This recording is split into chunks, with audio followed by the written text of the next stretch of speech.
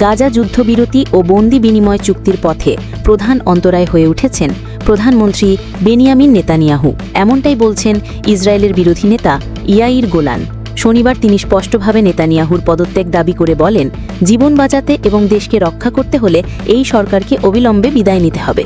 Golan দাবি করেন, মার্কিন প্রভাবশালী দৈনিক নিউ ইয়র্ক টাইমসের সাম্প্রতিক অনুসন্ধানী প্রতিবেদনেই প্রমাণ মিলেছে নেতানিয়াহু, অর্থমন্ত্রী বেজালেল স্মোট্রিচ এবং জাতীয় নিরাপত্তামন্ত্রী ইতামার বেন গাভির তাদের রাজনৈতিক অবস্থান ধরে রাখার স্বার্থে বন্দিমুক্তি ও যুদ্ধবিরতির সম্ভাবনাগুলো বারবার নস্যাৎ করেছেন।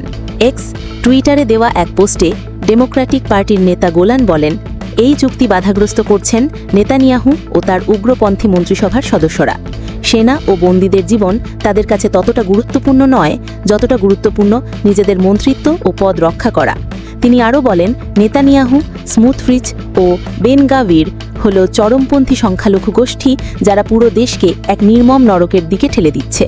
বারবার শান্তি প্রচেষ্টা বানচাল করে এরা নিজেদের অস্তিত্ব টিকিয়ে রাখার খেলায় মেতেছে।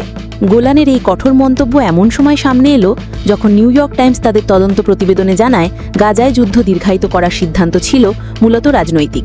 এতে বলা হয়, নেতানিয়াহু এবং তার ডানপন্থী জোটসঙ্গীরা গাজায় যুদ্ধ ও মানবিক সংকট অব্যাহত রেখে নিজেদের ক্ষমতা ও জনসমর্থন ধরে রাখার কৌশল বেছে নিয়েছেন।